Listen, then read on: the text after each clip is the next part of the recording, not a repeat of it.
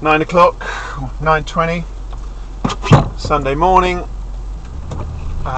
Lots and lots and lots of moisture in the air. It's foggy, it's misty, it's humid. Temperature is 23 Celsius. I think the humidity is something above 70. I'm not sure.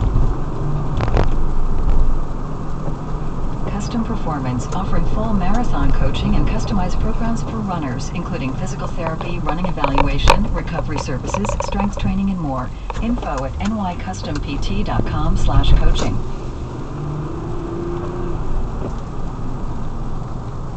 This is Razia Iqbal with News Hour, live from the BBC in London.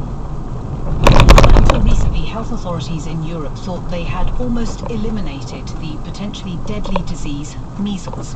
But now the illness, which is preventable, is springing back with alarming vigour because of a dramatic fall in vaccination rates. Ukraine is currently suffering one of the worst measles epidemics in the world, with more than 100,000 cases in the last 2 years. Okay, so today I am going to drive exactly, well, the speed limit again, but hopefully catch the entire trip. So right now I'm doing 40. I do have my lights on, which I think is an entirely sensible thing to do in this weather. I can't decide whether I need wipers or not, but we'll see as we go how that works out. In the meantime, let's go back to the BBC News Hour. His life curing people, but he himself died of complications of a disease for which there's no cure. A disease Europe thought it had almost eradicated, but that's now springing back with alarming vigour. Measles is a dangerous infectious disease which affects not only children but affects adults. It's a disease where it can lead you to hospitalization and death easily because there is no specific treatment for measles. Vaccination rates for measles have fallen right across Europe, but nowhere more than in Ukraine. By 2016, only 45% of 1-year-olds got their measles jab, one of the lowest rates in the world. The result? More than 100,000 people have caught measles in the last 2 years. For years, in the chaos of the post-Soviet economic collapse, some vaccine that Ukraine bought turned out to be ineffective, and some were stored at the wrong temperature. But the main problem was mistrust of vaccination and misinformation. Uliana Suprun is Ukraine's acting health minister. We have politicians saying that you don't need to be vaccinated. It's all a big plot by Western governments to take over the minds of our children. Really, they're saying that? Yes. Unfortunately, even with 38 deaths, it's difficult to convince people that this is a real problem. The young man who dreamt of being a doctor, Serhiy Butenko, was just one of them. He was vaccinated against measles, but he got the illness immediately after catching another disease, mononucleosis, which suppressed his immunity. Medical cases are rarely simple, but Dr. Alexandra Popovich, who treated him, says the ultimate... Okay, we are now on cruise control at 65 miles per hour. And we'll see how this journey goes at the speed limit. Immunity would be enough in our population. Sergei would have had zero risk, or he would have had minimal risk to catch this disease. Herd immunity in a population, when risk is minimal, is only achieved when 95% of children are vaccinated. Ukraine hasn't worked its way back to that level yet, and Acting Health Minister Uliana Suprun says resistance to vaccination within the medical profession is still one of the greatest problems. You have academics teaching new doctors that vaccinations are necessary, and instead it's better to have the child have the disease because then they will have immunity for the rest of their lives. You're the minister, you're the acting minister. Why do you put up with that? I mean, that's crazy. The medical universities are independent, and there is no way for the Ministry of Health to sanction or stop someone from teaching those kinds of things. You can hear the frustration in Uliana Suprun's voice. Ignored? Traffic is very light on eastbound today. It's usually heavier than this. And I notice a state trooper with full flashing lights going the other way. Much lower than that. And with as many new cases of measles in the last 6 months as in the whole of last last year, the epidemic shows no sign of abating. Tim Huell reporting, and you can hear a longer report from Tim on measles in Ukraine on assignment today on the BBC World Service.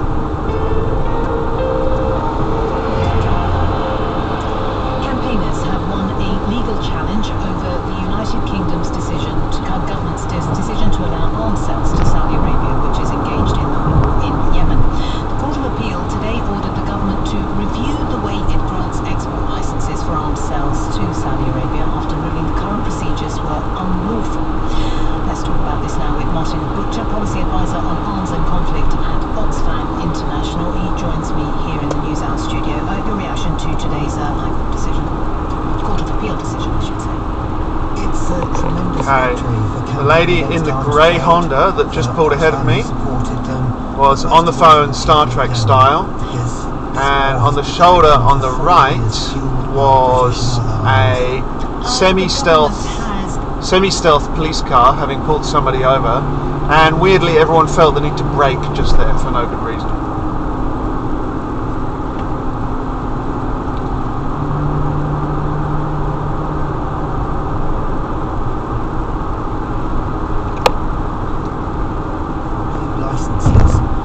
Licenses generally don't have a long shelf life. It's a significant decision.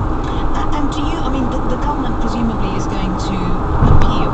They're looking at this decision and they're mindful of it, but they are going to appeal, aren't they? Because this isn't the end of the road for campaigners. No, that's right. It's not the end of the road. The government has said it will appeal. This will go to the Supreme Court. We're not sure when yet. The good news is that until it gets to the Supreme Court, no new arms licenses will be issued for any member of the Saudi and UAE-led coalition operating in Yemen. Do you think that this is enough? Because in the wake of the murder of the journalist Jamal Khashoggi, there were countries around the world, notably Germany and Norway and Austria, they announced a suspension of arms sales to Saudi Arabia. Is that what you'd like to see the UK government to do? Yes, we'd like to see a complete halt to arms sales going to Saudi Arabia and all the other coalition countries. I'm being overtaken by a bus. I think it's a casino bus.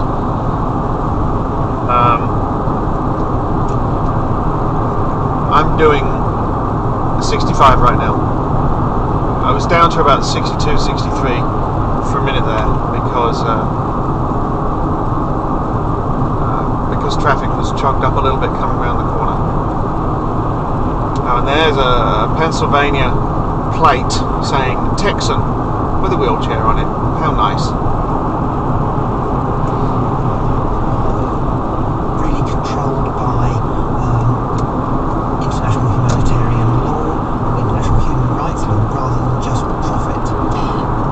Okay, I mean, the government have always argued that whatever arms they do sell to countries such as Saudi Arabia are bound by the fact that they will not use them against their own civilian population and so on. But the United Kingdom government is part of that coalition that is engaged in this war in Yemen. The UK government isn't technically part of the coalition, but they are very deeply involved in military operations in Yemen, yes. You're right. I mean, the thing is that they have a process, and what the court has found is that the process that they have is not legal. The guy I just overtook in the Toyota Sienna, he must be on cruise control as well, and who says my speedometer is accurate, but he is doing maybe 61 or something. We will continue to fight against them. Yeah, look, 24 million people are in need of aid in Yemen. There's the world's biggest cholera outbreak. 3.3 million people displaced by the war. We have to keep on fighting on their behalf. Martin Butcher, Policy Advisor on Arms and Conflict at Oxfam International. Thanks for joining us here on NewsHour.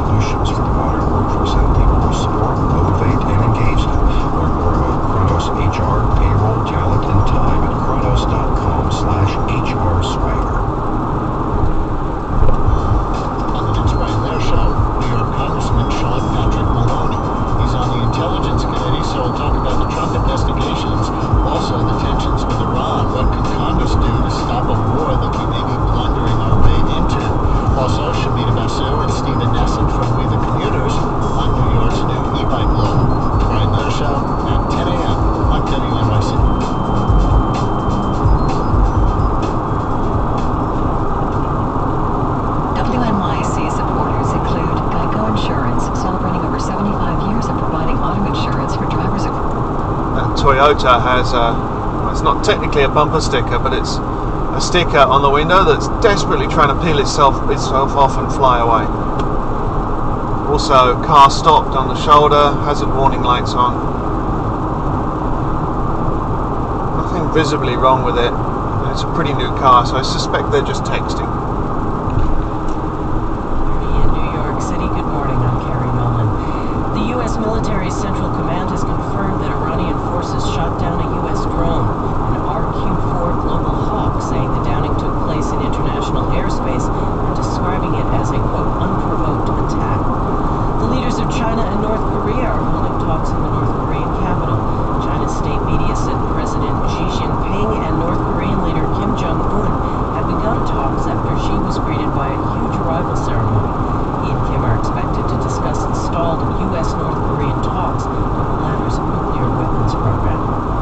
The incoming chair of New York City's Public Housing Authority is said to be one of the highest-paid members of city government. Members of the city council and some tenant advocates are criticizing City Hall's decision to hire Greg Russ to lead NYCHA. Council Speaker Corey Johnson says that Russ has a daunting job ahead of him that might justify his $400,000 salary. Probably had to pay it because you couldn't attract people to want this job. And NYCHA has had a credibility problem for a long time. Residents don't trust NYCHA, many of them, because of broken promises, mismanagement. Russ currently leads Minneapolis' public housing agency. A City Hall spokesperson says that his public housing experience is, quote, unmatched. New Jersey lawmakers are set to vote today on whether to approve a 6-month extension of controversial corporate tax credits after a report raised concerns with the incentives program. Earlier this week, a task force convened by Governor Phil Murphy found the law was written by special interests. The report suggested a company connected to South Jersey Democratic leader George Norcross faked a plan to move out of state in order to receive tax incentives to stay. Murphy said he'd veto any measures to extend the program. Cloudy with a chance of showers this morning, thunderstorms this afternoon, highs around 78 degrees. Welcome back to NewsHour. Coming up next, we'll hear from a leading Palestinian politician about why the Palestinians are boycotting the US-led economic conference next week in Bahrain. But first, the theatricality of a live phone-in Putin style. The Russian President Vladimir Putin has been taking his carefully choreographed annual questions from citizens. Okay, state trooper in a marked car has pulled somebody over.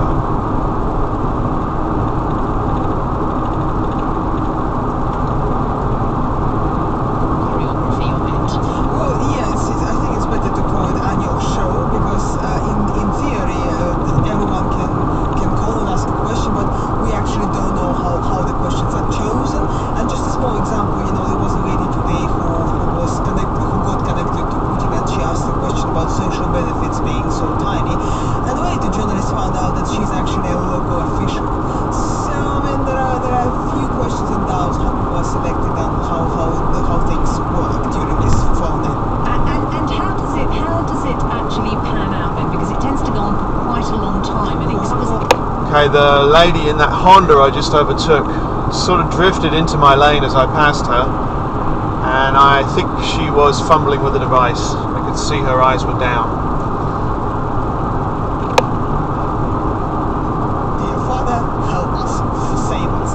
So most of the questions related, total majority of the questions related to the internal politics, and most of them to the well-being of Russians. To be honest, the questions were pretty basic, people were asking Putin to sort things like they don't have running water at all in their villages, or there's some reason not being paid for ages, or there is lack of doctors in the local hospital. Such kind of questions, and it just shows how systematic problems in Russia are, that to solve such range of questions you need the president to take an action. And quite often, just the moment they ask, or the moment they appear on the screen, local officials rush to the place. It was showing that they care. But what did they do the previous year? That's very interesting. So in that context, I wonder how you would assess how successful President Putin is, because his approval ratings have been very good despite. Okay, state trooper SUV sitting here in the median, waiting for naughty people That's the place where a Summit police officer was killed a year or so ago by, I think, an early morning drunk or distracted driver. 30%, and then duty spokesman asked pollmakers to explain why it happened, and a few days later they changed the method they conducted. The car just overtaking me now, I notice in my rearview mirror, has copious amounts of plastic hanging down at the front, sort of gradually abrading away on the roadway. Let's just rip all that stuff off and throw it away, it's not doing anything. The many people who ask questions and they struggle, with their living, and they struggle with their salary, so they care about it goes. Olga Ivshina of the BBC's Russian service joining us live, telling us about President Putin's annual vote. You're listening to the BBC World Service. This is News Hour. The most intractable. The air is a lot... Oops, monster pothole. The air is a lot clearer over the hill here. I don't know if the camera brings it out, but visibility is up to a few miles now. And it's been getting a little better since I left Summit, but now it's really clear. In fact, Egypt, Jordan and Saudi Arabia will be present, but the Palestinians say they were not consulted and are boycotting the summit. I've been speaking to Saeb Erekat, who is currently the Secretary General of the Palestine Liberation Organization and is the chief Palestinian negotiator. I began by asking him why Palestinian officials are... Yeah, so that car with the plastic, I can just make out underneath the car that the sort of undervalance is sort of luffing in the wind under certain circumstances. So it's probably making a noise audible inside the car. By any of them, they feel they can dictate a solution on me. And the last speech Jared Kushner gave, he said, if Palestinians accept what we offer, then they are good, they can govern their people. If they don't accept what we offer, they're corrupt and they're not fit to govern. I engaged with them, with the administration, and their council meetings in 2007. At this point, the speed limit here is 65, but I'm only doing 50, obviously, because I need to come off up here. And so I need to be in this lane, and whatever these people are doing, maybe they're preparing to come off as well. Once they finish their negotiations with Netanyahu and the Israeli Settlement Council, which they adopted their plan, come here, boy, we know what's best for you. Yeah, okay, I think at the front there was a truck with some weird big thing on the back, and it was just gently slowing down to come off at the same exit I'm coming off right now. The radio gets bad here, so I'm going to leave it off now. I'm sorry if you're enjoying the news. Here's the super potholey bridge. There's always a fresh pothole there, no matter how many times it gets filled.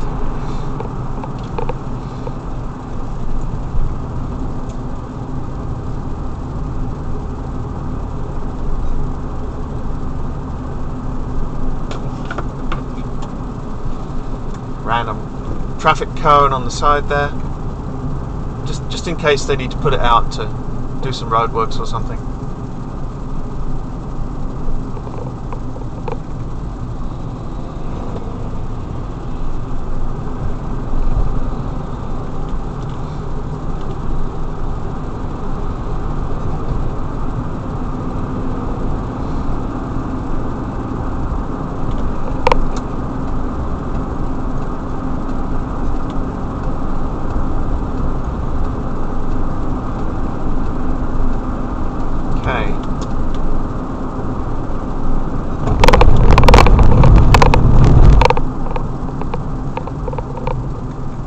Okay, that truck is some sort of a container with a crane on the back for lifting stuff in and out. And that's quite a substantial truck. Let me point the camera at it. Get a view there.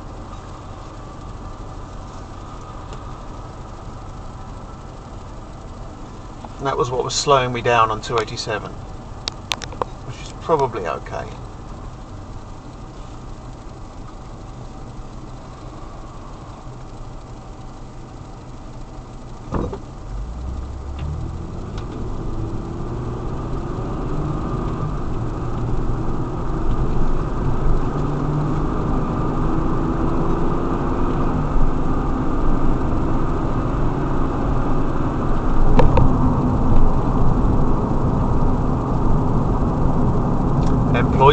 right, visitors bear left. Be prepared to stop.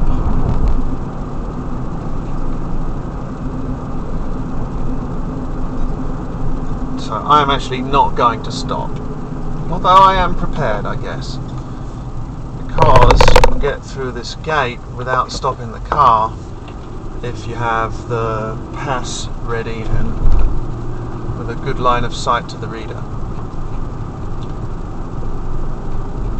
The speed limit is 25 here on the property, and it's very difficult to maintain 25 miles an hour, and my cruise control doesn't work that low, so this is a little bit approximate.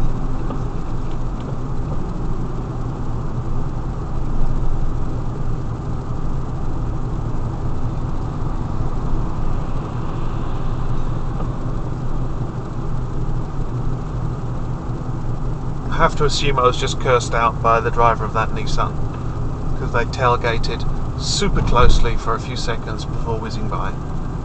And I don't blame them, because 25 miles an hour is ridiculously slow.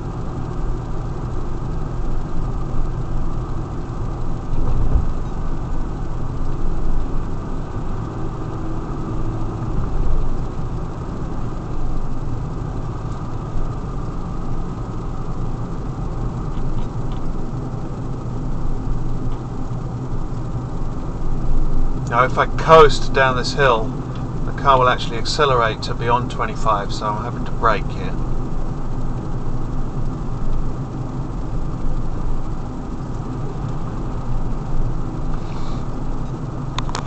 I see that Dave Corman is already here.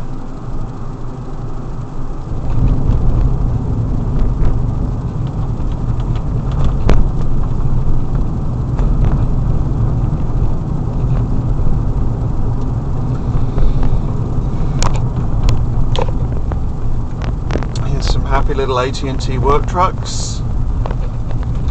There's the helipad and the windsock. And I'm going to park right here. Okay. That was 23 minutes and a few seconds at the speed limit, slightly below on some stretches. I hope you enjoyed my morning commute.